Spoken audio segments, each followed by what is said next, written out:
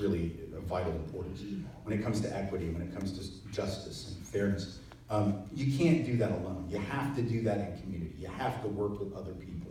You have to that means getting together with maybe friends or teachers or people in your school or people in your church, mosque, synagogue, community group, whatever it is, to really talk about how you can collectively do some things, right? I think the problem is that we're a culture that very much likes to reward the lone wolf that goes and does stuff just on their own, but it's really about collective action. So that's an important mindset to have. Secondly, inform yourself about the history of young people's activism. I mean, the truth is that most of the really important work that's been done in this country, in every country, around issues of justice was done by young people.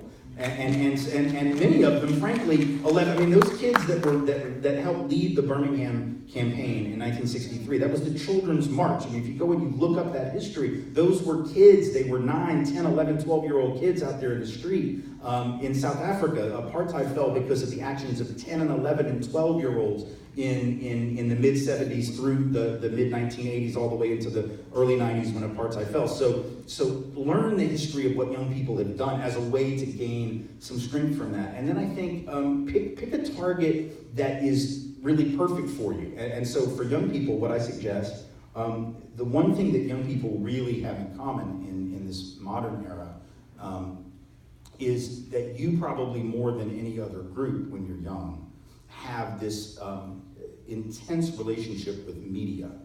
And it's not always a good relationship. I mean, sometimes it's problematic and it's overloaded, right? But you're getting bombarded more than any of us who were older were. And we were bombarded, at least we thought we were, by a lot of media imagery. But if you're, I don't know, what do they call that generation that includes 11-year-olds? Now, it's not millennials, that's something else. That's no, I don't know what it is. Whatever it is, you know, we're sort of screwing you. And the reason we're screwing you is we're bombarding you with all of this imagery, and we're not giving you the tools to process that.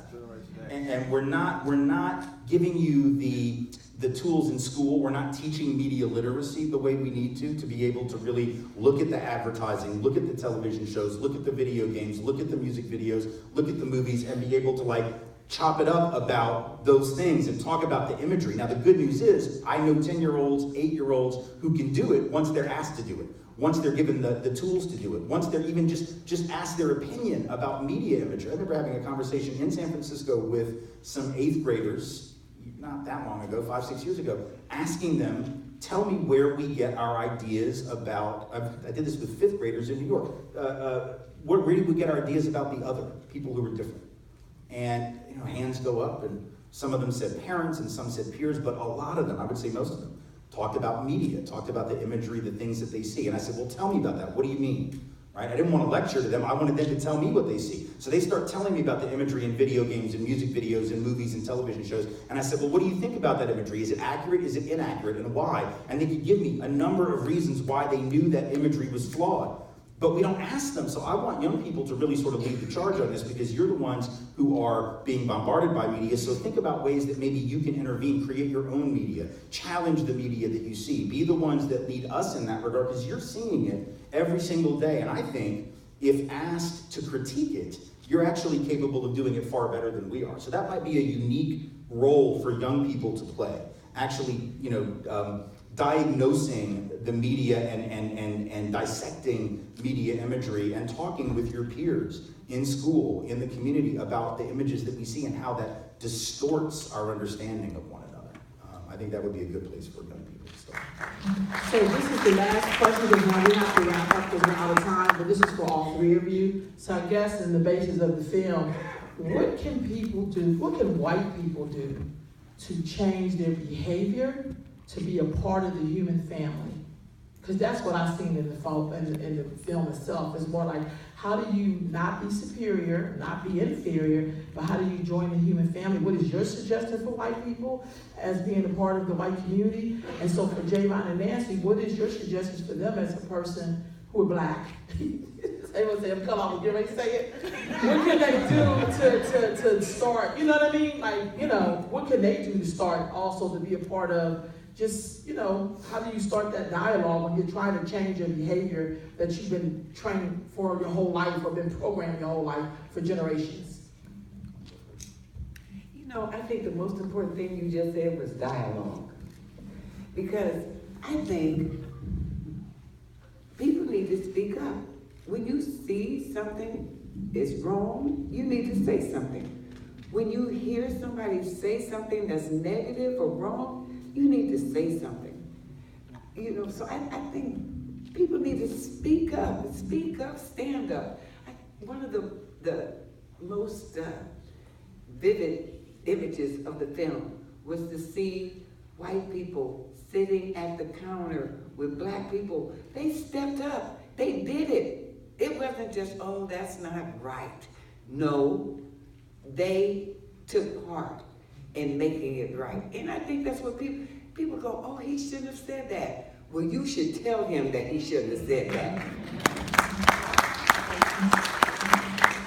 I agree with Ms. Nancy, and going off of something that you touched on, I think the challenge I see a lot of white folks have, and the challenge that Black people have, and what I didn't see in the film, and I never see in films, is the reality that Black people lost more than what was perceived in slavery. Like our soul was taken, right? Because there was a group of people brought here, and who they were was stripped away, and they were forced to be some other people. And I've said that before, but I think that doesn't come out as the most difficult challenge to address in the effects of slavery. Like when we look at the African American or the Black person uniquely, and their journey and how they came here, and we realize and acknowledge that this is a people who lost everything. So it's like, I lost my language, I lost my connection to family, I lost whatever my religion would have been. I was reprogrammed to be another person that my DNA tells me I'm not. What holidays do I celebrate? White folks' holidays. How do I dress? The way I was taught to dress by some other people. Every decision I make, I have to consider white people. That is a mental health issue. If I'm going to an interview, I have to consider what's acceptable. Well, what is acceptable? What white folks said was acceptable. What is my name? Because if I'm going to get the job, it has to be something that's acceptable to white folks. What do I eat? I don't even eat this food. I don't know what I eat, because that was stolen from me. So there's the part that we can logically talk about, and there's the part that requires space. And that's the difficulty I see with racism, and even in the question we had about, I'm white, how can I help? Sometimes the answer is don't. Can we have some space to figure out who the hell we are? What would I have been if I didn't come here? Who would be my family? And it's not a scary thing. I think what gets scary is somehow white folks see themselves not in it. When the truth is, the only way we're going to have true equality and true equity is for us to feel the same freedom that you feel, so we can come together as equal, instead of every time I look at you as if I offend you, then I lose some type of resource, and we never have equality. So I think that that's the challenge that we really don't talk about, and that's the difficult part, is like, how can you allow me to figure out who the hell I'm supposed to be? Because everything I know about myself, I got from you, and you can't fix that for me. We have to fix that. And so the white piece, I think this is a good place we'll be wrapping this up. I know it's a good ending point, I think, is white folks have to work on white folks. And as you said, and oftentimes back out of the space. Now, it's not to say we don't work together on some stuff, but it's to say that there are times when folks just need that autonomous, self-determined space, particularly as targets of systems of oppression. And we have to honor that, but that doesn't mean we're not working. That means we got to work on us. And so the question was about, how do you join the human family again when the society has placed you above, frankly, the human family? Well, here's what I would say to that. You have to understand how your humanity has been sacrificed by white supremacy. People of color are the targets of white supremacy. They're the ones victimized by it. But whites are the collateral damage of this system that we set up. And not all in the same way, but this is our piece of it. This is not something people of color can fix for us either. We have to fix this. And so there's this concept, and some of you probably heard of it, called epigenetics. And there's this thing called epigenetic memory that is being studied now. And it's not exactly accepted by all, but there's some really fascinating science behind this, right? Where they started out with mice, just to give you a real brief rundown of this. Started out with mice who they exposed to an electric shock after giving them like the scent of lavender, right? And they did this over and over and over again. Eventually, as you would imagine, the mice learn that, well, when they smell the lavender, the shock is coming, right? So they start to jump even before the shock comes. And then you don't even have to administer the shock, and they still jump because they think it's coming. That doesn't shock you. That won't surprise you that that worked on the mice who were actually subjected to the shock. What they found was that 2 generations later, the mice born of the mice born of the mice who were shocked were responding to the lavender having never been experienced, having never been exposed to the shock. They would smell the lavender and they would do exactly what their grandparent mouse, I don't know if that even is a term, what their grandparent mouse would do. Now, there's now been some research done on survivors of the European Holocaust of European Jewry that has found that the grandchildren of camp survivors, even when they weren't told specific stories about it, are having physiological reactions and effects and release of cortisol and other stress hormones that are similar to having experienced it. And now the speculation, and this is something that actually indigenous people have talked about for a very long time as a soul wound of colonialism, as a soul wound of white supremacy. And so if that happens to people of color, if people of color may be passing down trauma, right, and literally passing it down at the cellular level, which is what this research suggests, then the question for white folks is, what did we pass down at the cellular level? I'll tell you what we passed down. Because here's the thing, if trauma can be transmitted, then so can the stifling of empathy. And that's what white folks had to do. Because the reality is human beings are not by nature meant to oppress one another. Yes, we have our aspects of human nature that are violent and awful, but we also have altruism and charity and kindness and decency.